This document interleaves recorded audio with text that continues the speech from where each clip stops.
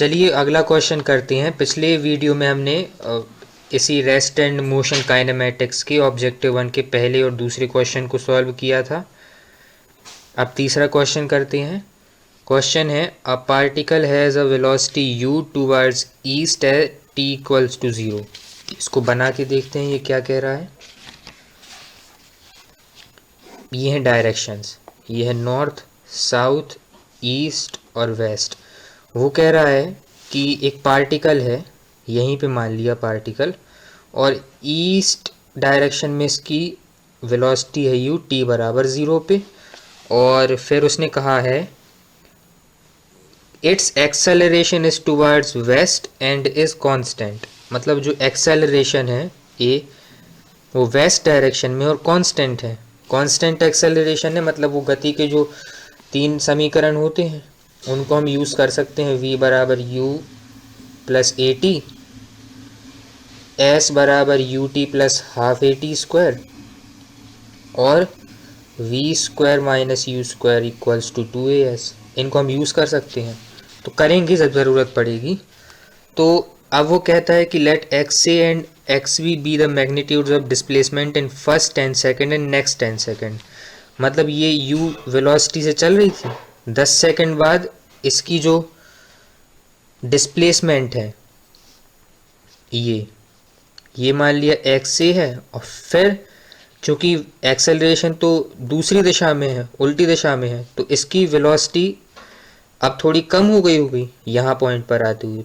तो अब आगे चलें तो फिर एक्स बी है डिस्प्लेसमेंट, ऐसे मान लिया। ये मैं एक स्थिति बता रहा हूँ आपको, ऐसा हो सकता है।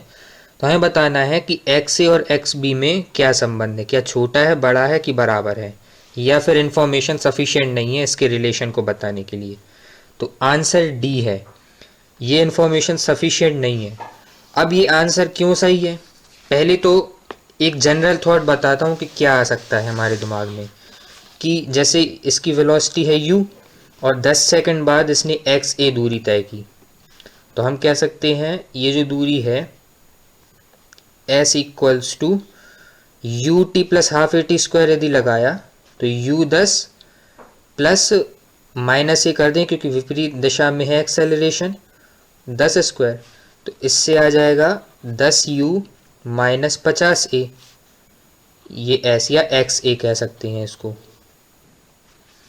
और फिर उसके बाद क्या होगा, जब यहाँ 10 सेकंड हो जाएंगे तब इसकी वेलोसिटी क्या बचेगी, यहाँ पे इसकी वेलोसिटी फिर बचेगी u माइनस ए टी, क्योंकि v equals to U minus A T होता है, तो अपन कह सकते हैं u माइनस 10a, इतनी वेलोसिटी बचेगी।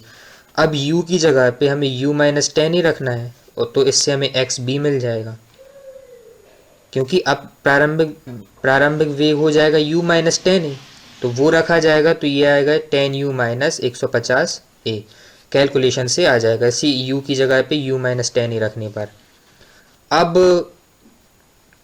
ये हम कह सकते हैं कि एक्स बी जो है वो एक्स ए से छोटा है एक तरह से, 10u माइनस 50a। तो हम ये वाला ऑप्शन टिक कर सकते हैं कि एक्स बी जो है वो एक्स ए से छोटा है, मतलब सी सही होना चाहिए।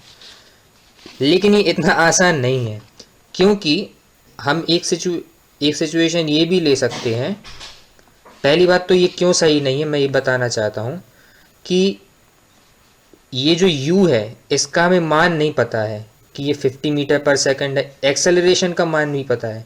तो एक स्थिति ये भी हो सकती है कि 10 सेकंड में ये u है, यहाँ पे अलग दूसरे पेज पे बताता हूँ, u है इस डायरेक्शन में, 10 सेकंड बाद ये यहाँ तक पहुँच गया। अब इसकी वेलोसिटी मैंने कहा था u माइनस 10 है, मान लिया u माइनस 10 ज़ीरो हो गई, और एक्सेलरेशन तो अभी भी उस तरफ है। तो 10 सेकंड बाद ये जो डिस्प्लेसमेंट है x से ये होगा, और फिर 10 सेकंड बाद आप देखेंगे इसका जो डिस्प्लेसमेंट है, चूँकि u माइनस 10 ज़ीरो हो गया, तो अब इसी एक्सेलरेशन से वापस यहाँ आ जाएगी वस्तु, और वापस u वेलोसिटी हो जाएगी इसकी। तो अब वो यहाँ पे कह रहा है x A and X be with the magnitude of displacement in first 10 second and next 10 second.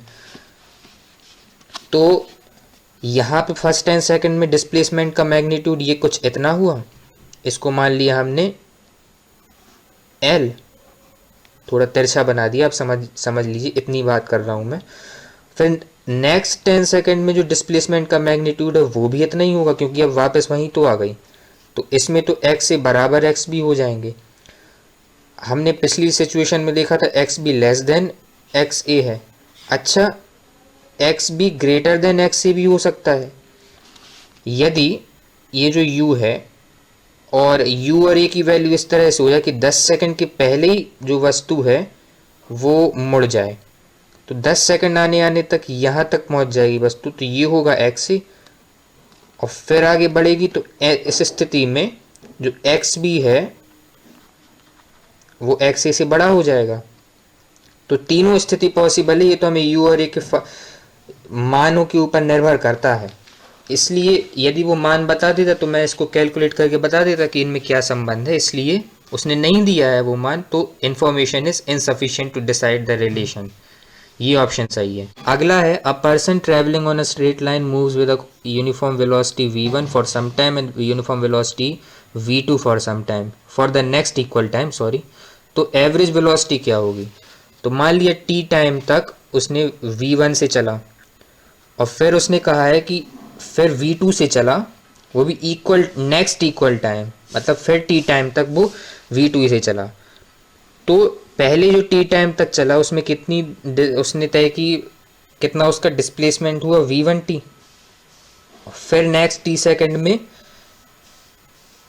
उसका डिस्प्लेसमेंट हुआ v2t, और टाइम कितना बीत गया 2t। तो एवरेज वेलोसिटी क्या होती है? एवरेज वेलोसिटी होती है टोटल डिस्प्लेसमेंट, मतलब v1t plus v2t divided by total time 2t। तो ये टी कैंसिल हो जाएगा, ये आ जाएगा v1 प्लस v2/2। तो ए ऑप्शन सही है। नेक्स्ट क्वेश्चन है a person travelling on a straight line moves with a uniform velocity v1 for distance x and with uniform velocity v2 for the next equal distance. अब इसमें distance की मतलब कि x distance उसने चली, ये है इतनी x डिस्टेंस v1 वेलोसिटी से, और फिर जो नेक्स्ट x डिस्टेंस है वो उसने v2 वेलोसिटी से तय की। तो हमें ये बताना है कि इसकी एवरेज वेलोसिटी क्या होगी। तो एवरेज वेलोसिटी निकालने के लिए हम वही फॉर्मूला है, average velocity equals to total displacement upon total time. Total displacement 2x हुआ और टोटल टाइम क्या हुआ, x से डिस्टेंस चली है v1 वेलोसिटी से, तो टाइम हो गया x अपॉन v1 और फिर x अपॉन v2, ये होगा टोटल टाइम। मतलब v1 वेलोसिटी से x डिस्टेंस तय की उन्हें, तो पहला टाइम हो गया x अपॉन v1 फिर x upon v2, x cancel हो जाएगा और इससे आंसर आएगा 1 upon v1 plus 1 upon v2, ये v के बराबर होगा। v मतलब एवरेज वेलोसिटी v। तो इससे एक रिलेशन निकलेगा कि हम क्या करें, v को यहाँ कर दें और इस पूरे एक्सप्रेशन को यहाँ पे कर दें, तो ये हमारे पास आएगा 2 upon V equals to 1 upon v1 plus 1 upon v2। यही रिलेशन हमारा आंसर है। ऑप्शंस में भी इसी तरह के रिलेशंस दिए हुए हैं, तो ये रिलेशन यहाँ पे दिया है।